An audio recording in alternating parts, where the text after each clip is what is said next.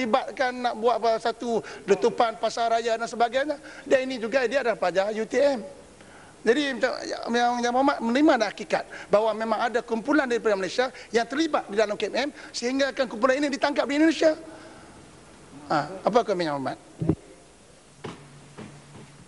Ada kenyataan Datuk Yang Pertua daripada UiTM sendiri meragui apakah pelajar orang yang berkenaan, remaja yang berkenaan itu pernah belajar di ITM. Ada kenyataan itu. UTM ke ITM? UiTM ya. Jadi biarlah kalau dia ditangkap di Indonesia, biarlah kerajaan Indonesia yang menyiasat. Macam baru-baru ini Malaysia menyenaraikan seorang ulama Indonesia. Dan bila dia pulang ke Indonesia, dia telah ditangkap. Dipanggil 2 kali kalau saya mengikut laporan yang disiarkan oleh majalah Al-Mujtama.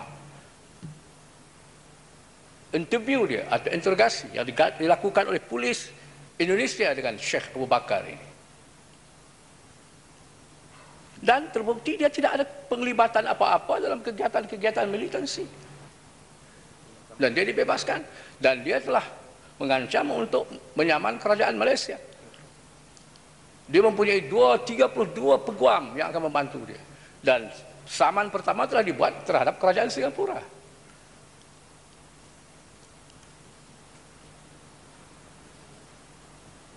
Dan kita pun hanya mendengar kenyataan kerajaan, kenyataan polis tentang KMM ini. Tetapi apakah ianya benar-benar wujud, eksis atau tidak? Tidak dapat dibuktikan dan belum dapat dibuktikan. Kenyataan polis bukan semua boleh dipercayai. Banyak kenyataan-kenyataan yang mengarut. Kenyataannya baru-baru ini umpamanya dalam peristiwa ceramah PAS di kampung Kuala Ketil itu. Di kampung Kubang Bok, Kuala Ketil. Ini mengarut. Ini satu perencanaan untuk sabotaj. Adakah ketua polis balik mengatakan, tengok ini, plastik ini mengandungi asid. Mana dunia boleh percaya asid boleh diletakkan, dimasukkan dalam kotak plastik? Apalah Menteri Dalam Negeri melantik orang yang sebodoh itu untuk menjadi ketua polis. Orang kampung tahu asid, mereka hidup dengan getah. Dia mengatakan pula dia pun terkena simbahan cuka getah. Dia merasa gatal-gatal kulit dia. Kebal sangat kan dia? Kena cuka getah boleh gatal saja. Lembu pun tinggal tulang kalau kena cuka getah. Atau lah kok lembu UMNO ni kebal, saya tak tahu. Zena merah.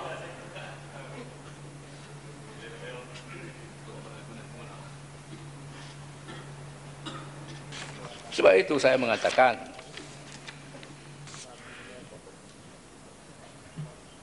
keganasan berasaskan agama.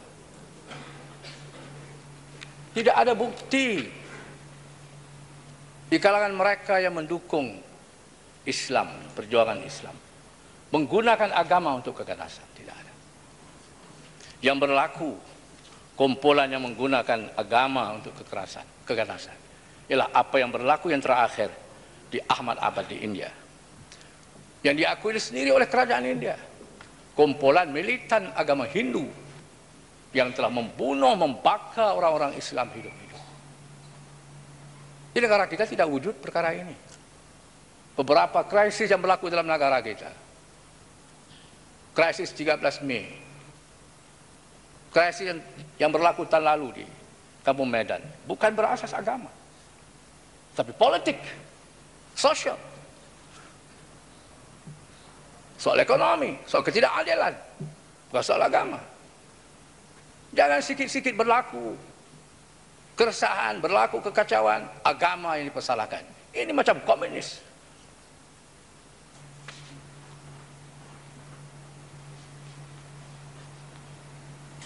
Kemudian, di hujung ucapan yang saya nak beri ulasan awal tentang pengertian jihad. Dikatakan di antara isu tersebut ialah mengenai salah tafsir sebilangan umat Islam terhadap konsep jihad dan mati syahid. Kalimat jihad sering dikaitkan dengan unsur-unsur yang berbentuk kekerasan, keganasan dan pertumpahan darah semata-mata. Siapa yang mentafsirkan jihad begitu? Dan kerajaan tidak pernah memberi tafsiran jihad yang sebenar. Selain daripada oleh penasihat agama Perdana Menteri menyebutkan jihad dalam konteks pembangunan ekonomi. Apakah jihad dalam konteks pembangunan ekonomi saja? Bagi rakyat Palestin yang ditindas, yang diburu, yang ditembak mati selama lebih daripada 50 tahun, lebih dari separuh abad. Bagaimana mereka nak membangunkan, nak berjihad dalam membangun ekonomi dalam sebuah negara yang sudah runtuh? Rumah yang mereka ada pun dirubah oleh Zionis yang kejam dan zalim dan ganas. Islam adalah agama universal. Kerajaan tidak pernah memberi apa dia tafsir jihad, apa dia pengertian, apa dia interpretasi jihad yang sebenar. Tak ada. Cuma menyalahkan orang. Majlis Fatwa tidak pernah memberi apa dia tafsiran jihad, selain daripada melunggukkannya ke atas kegiatan-kegiatan ekonomi. Apakah seluruh hidup manusia ini hanya berpusat pada ekonomi? Apa manusia ini manusia ekonomi saja? Kalau itulah tafsiran kerajaan, sama dengan tafsiran Karl Marx yang melihat seluruh kegiatan manusia adalah ekonomi. Sebab itu ada orang yang dahulunya memuja Karl Marx. Setiap hari mati ulang tahun kematian Karl Marx, dikunjunginya di London, dikubur Karl Marx, dan membaca manifesto Karl Marx. Sekarang kononnya meninggalkan Karl Marx, Marxism, dan kononnya berpegang pada Islam, tetapi melancarkan satu gerakan anti hadis, anti sebuah institusi yang teragung dalam Islam. Dan dia orang UMNO, anggota UMNO, ahli UMNO. Dan dia berbangga karena kegiatan dia dalam kegiatan anti hadis ini,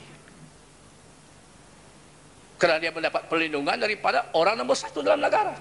Itu dakwaan dia, dalam ucapan dia, dalam masyarakat agung, kumpulan dia. Ya, DMD yang tahu panjang. Bagi jalan ya, silakan. Sementara tadi Muhammad ada sebut ada anggota UMNO yang menganuti pahaman komunis, yang satu masa dulu telah menerima anugerah bintang berkalmak, bintang kalmak. Bolehkah yang Muhammad beri penjelasan sikit nama dan kedudukan mereka itulah UMNO sekarang? Kerana saya percaya ramai adik-adik kita di atas pegawai kerajaan tidak mengetahui secara umum. Kalau boleh detail nama dan apa yang dalam UMNO tu, baru kita boleh buat penjelasan seterusnya kepada rakyat. Namanya tidak asing lagi, iaitu Qasim Ahmad. Dahulunya Marxis, pendukung kuat, hardcore Marxis. Ahli UMNO, saya tidak tahu kedudukan dalam UMNO.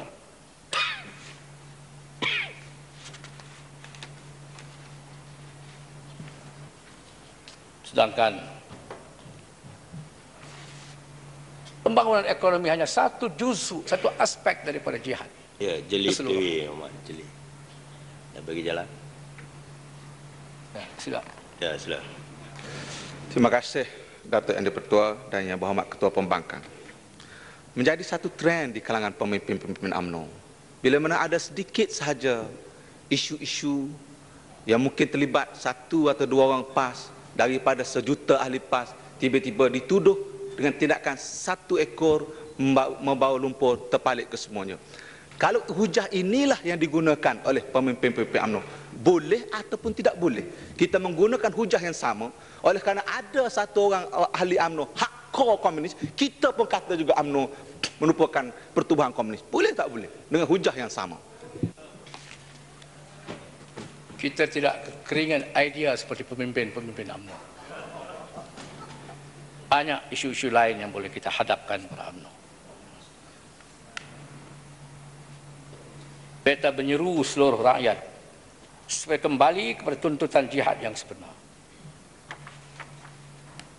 seorang ulama Islam yang boleh dikatakan mu'tabar dan dihormati, yaitu Al-Imam Ibnul Qayyim rahimahullah, telah menghuraikan konsep jihad ini dan membahagikannya kepada 4 kategori. Dan tiap-tiap kategori itu mempunyai martabat atau susunan-susunan. Yang pertama dikatakannya ialah jihad menentang nafsu. Termasuk dalam jihad menentang nafsu ini ialah menimba